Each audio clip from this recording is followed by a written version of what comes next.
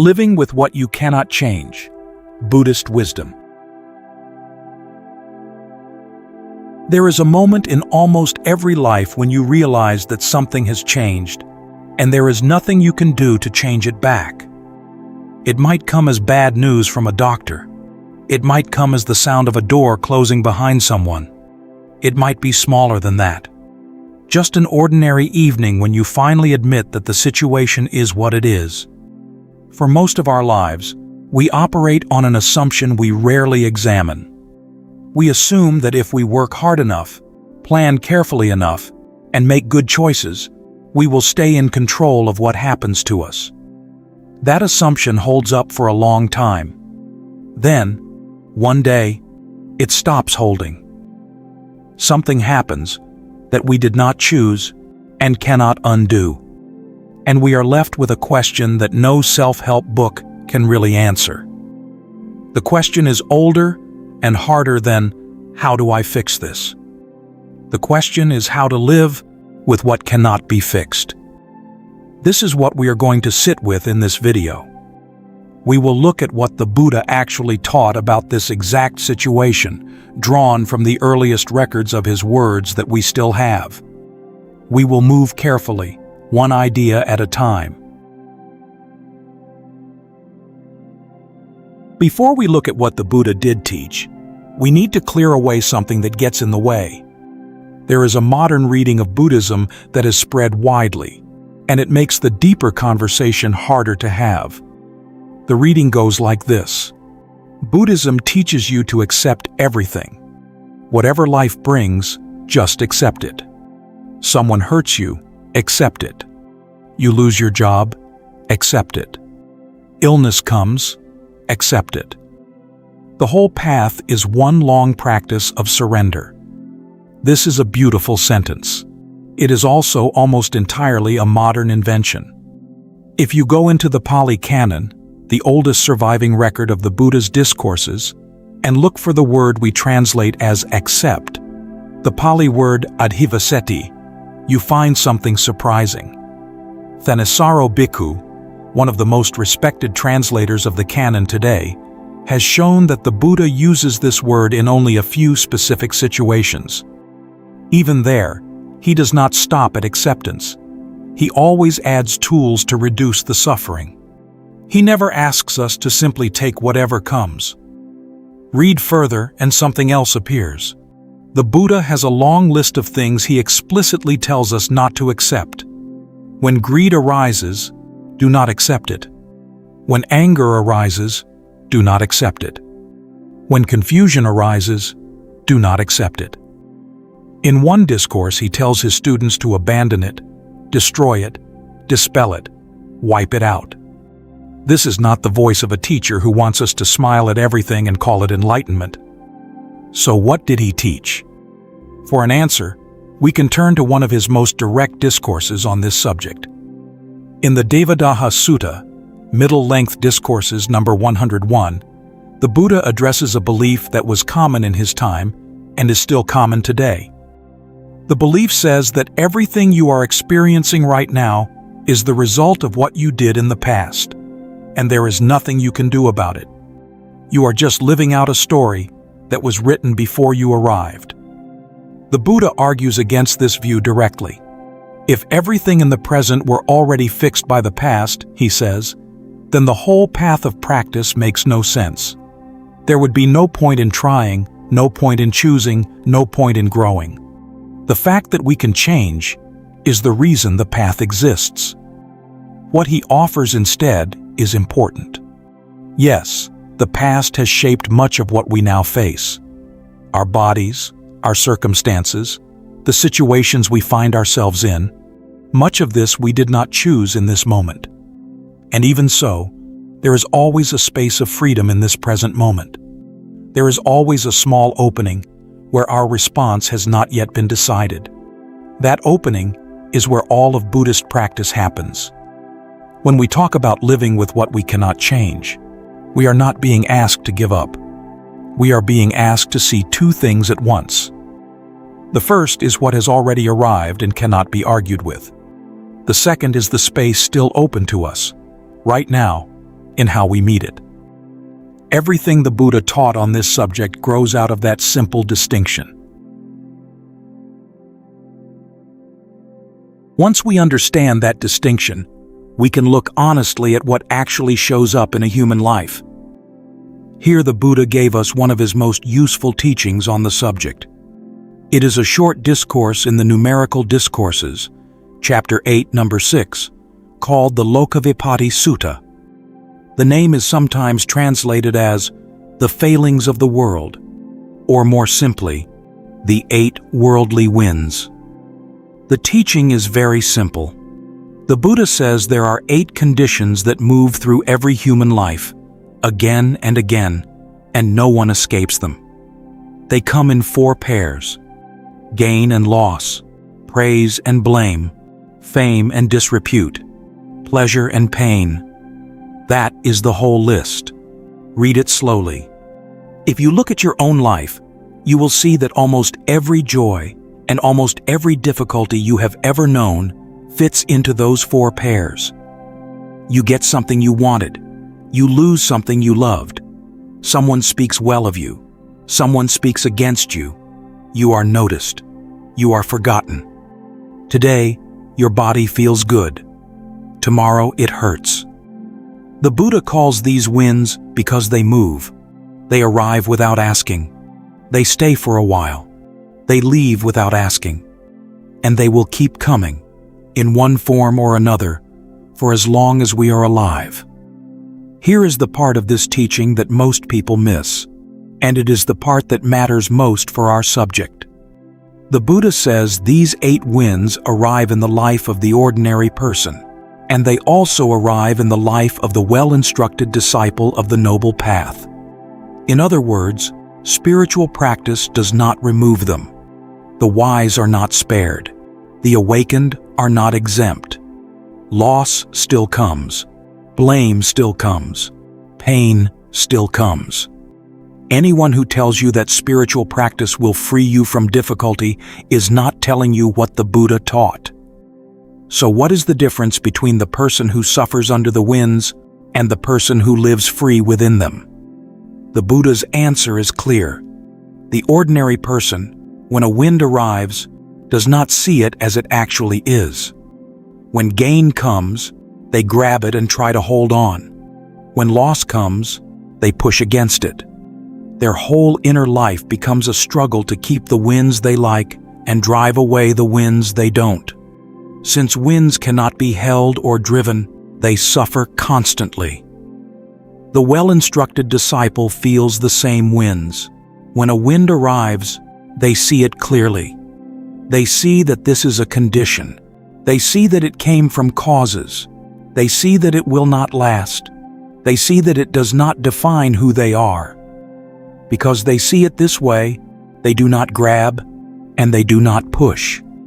The wind moves through them and moves on. There is a strange comfort in this teaching. When you are going through a hard season, one of the most painful thoughts is often that you are failing at being human. Everyone else seems to be doing fine. You are the one falling apart. The Lokavipatti Sutta says something different. Difficulty is a sign that you are alive. The winds come for everyone.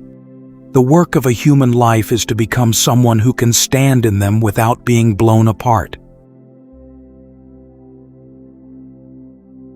To become someone who can stand in the winds requires something inside us. In the Buddhist tradition, this quality is called upekkha. It is usually translated into English as equanimity, and this is where a second misunderstanding tends to appear. Many people hear the word equanimity and picture someone who has become emotionally distant from life, a person who does not feel much anymore, a person who has stopped caring about outcomes, about other people, about anything.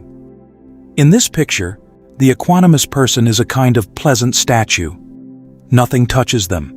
They have solved the problem of suffering by removing themselves from life. This is not what upekkha means in the Buddhist teaching. The tradition itself has a warning about this misunderstanding. It calls indifference the near enemy of equanimity, meaning the quality that looks like equanimity from the outside but is really its opposite. Indifference is a form of withdrawal. Real equanimity is a form of presence.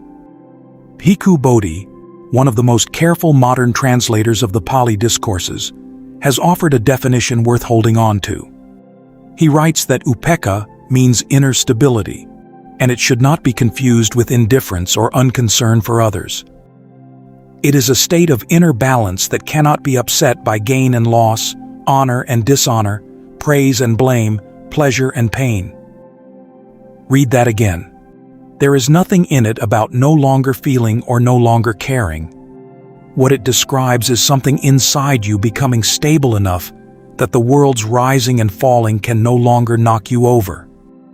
The image that comes to mind is a great tree in a storm. When the storm comes through, the leaves of the tree move. The branches bend. The whole shape of the tree responds to the wind. From far away, you would see it moving as much as anything else in the landscape. And still, the tree does not fall. It does not fall because underneath the ground, where you cannot see, there is a root system that goes deep and holds. The tree feels every bit of the wind. It is also anchored in something the wind cannot reach. Human equanimity works the same way. When difficult things arrive in our lives, we still feel them. We grieve. We are afraid. We are disappointed. The leaves of us move. What changes with practice is that something deeper stops being uprooted every time the wind picks up. Part of us can hold steady even while the surface of our experience is moving. This is why the Buddha's teaching on inner stability never asks us to become people who no longer feel. What we cultivate is the depth, not the surface. The surface will always move, because it is meant to move. A human being who felt nothing when a friend died, or when their body was ill, would not be more awake. They would be broken in a different way. The practice is to let the feelings be, while giving them a wider room to move through. This matters for our subject. Without this inner ground, our actions in the face of what we cannot change almost always come from a bad place. They come from panic, resentment, or exhaustion. We make calls we regret. We say things we wish we hadn't. We spiral into cycles of blame that make everything worse. Or we shut down completely and call our shutdown acceptance when it is really just collapse. With inner ground, our actions become different. They become clear. They become useful. They become kind toward ourselves and toward the people around us. We are still in the storm, and still, we are no longer only the storm. This inner ground does not develop for its own sake. It develops so that we can act. The whole point of becoming a person who can stand in the winds is to be able to engage with life more clearly, more usefully, and more kindly than before. This is where the Buddha's teaching turns from inner work to practical action. So how do we actually meet what we cannot change? The Buddha offers a distinction that sounds simple, but takes a lifetime to really live by. In every situation, no matter how difficult, there are two territories. There is the territory of what has already arisen, and there is the territory of what we are doing right now in response. The first territory holds everything that has already happened. The illness that has come, the person who has left, the words that were spoken, the opportunity that was missed, the years that have passed. In the Buddha's language, all of this is the result of past causes we can no longer reach. We cannot walk backward into it. We can only see it clearly. The second territory looks smaller, but it is much more important. It holds the next thing you will think, the next word you will say, the next choice you will make. It holds how you treat your body in the next hour and how you treat the people around you tonight. This territory is entirely open. This is the only place where you have any real freedom, and it turns out to be enough. What does wise action inside this second territory look like? It begins with seeing what is actually happening without adding to it. When something painful arrives, we tend to build a whole story around it. Why me? Why now? Why is this always happening to me? What did I do wrong? These questions feel important in the moment. Most of them are ways of arguing with a reality that will not change because of our arguments. The first step of wise action is to set the argument down and see the situation as it is. This illness is this illness. This loss is this loss. Nothing added on top. Seeing what is, without adding to it, sounds like a small thing. It is not. Most of what tires us in a hard situation is not the situation itself, but the running commentary we have on top of it. The mind speaks to itself constantly about what should have been, what could have been, what will happen next, what it means about us, what other people should be doing. Beneath all this noise, the actual situation is often much smaller than it appears. When you set the commentary down for even a few minutes and look at what is really here, you can often breathe again. This is not a technique. It is a form of honesty. And in this teaching, honesty is where clarity begins. From that clear seeing, two things happen at the same time. We bring our attention and care to what is still within reach, and we release what is not. What is still within reach is often more than we think. How we speak to the people around us today is within reach. How we treat our body this week is within reach. Whether we get enough sleep tonight, whether we call the friend we have been meaning to call, what we choose to read and think about, all of it is within reach. In hard seasons, these small acts become the whole shape of a life. This is where we actually live. What is not within reach also needs to be seen honestly.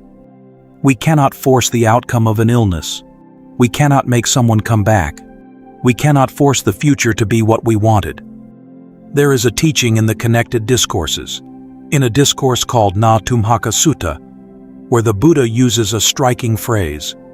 He says, "Whatever is not yours, let it go. Your letting go of it will be for your long-term welfare and happiness." Whatever is not yours. Read that carefully. He is talking about outcomes, other people's choices, and the shape of the future. Your family is still yours to love. Your work is still yours to care about.